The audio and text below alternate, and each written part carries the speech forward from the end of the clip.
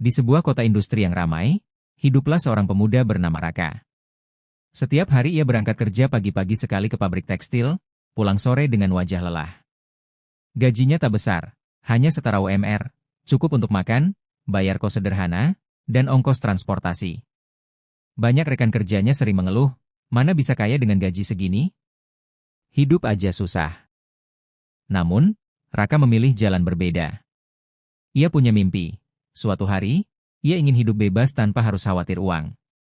Bukan untuk foya-foya, tapi agar bisa menafkahi orang tuanya dengan layak dan kelak membangun usaha sendiri. Langkah pertama, mengatur uang kecil. Sejak bulan pertama menerima gaji, Raka menerapkan aturan sederhana. Sisihkan dulu, baru belanjakan. Ia memutuskan menyimpan 20% dari gajinya.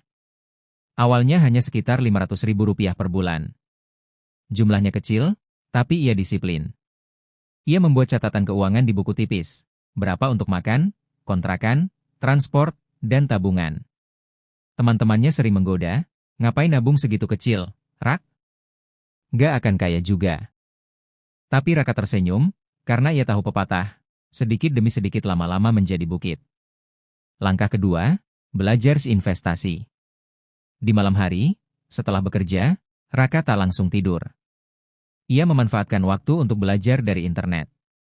Ia membaca artikel gratis tentang keuangan, menonton video investasi, bahkan meminjam buku dari perpustakaan kota. Dari situ ia mengenal reksadana, saham, dan emas. Ia mulai dengan reksadana pasar uang, modal Rp100.000 sudah bisa. Dari situ, ia belajar pentingnya membiarkan uang bekerja. Ia juga membeli emas sedikit demi sedikit, bukan untuk gaya, tapi sebagai tabungan jangka panjang. Langkah ketiga, menambah penghasilan. Raka sadar, menabung saja dengan gaji UMR akan lama. Ia harus menambah penghasilan. Ia ingat hobinya menggambar. Maka, ia belajar desain grafis melalui kursus online gratis. Dengan sabar, ia mengasah kemampuan, hingga akhirnya mendapat pesanan desain logo dari teman, lalu mulai masuk ke platform freelance. Tambahan penghasilan Rp1 2 juta per bulan membuat tabungannya bertambah cepat. Langkah keempat, dana darurat usaha kecil. 2 tahun berlalu, Raka sudah memiliki dana darurat yang cukup untuk hidup beberapa bulan tanpa gaji. Ia merasa lebih aman. Setelah itu, ia mulai berani mencoba hal baru, membuka usaha kecil. Bersama adiknya, ia mendirikan warung kopi sederhana di dekat pabrik. Modalnya berasal dari tabungan dan keuntungan investasinya. Awalnya sepi, tapi karena sabar dan konsisten, warung itu makin dikenal. Teman-temannya yang dulu meremehkan malah sering nongkrong di sana. Langkah kelima, panen hasil. 5 tahun kemudian, Raka punya beberapa sumber penghasilan. Gaji pabrik yang masih ia terima. Investasi di reksadana, saham, dan emas yang nilainya makin berkembang. Warung kopi yang kini punya 2 cabang.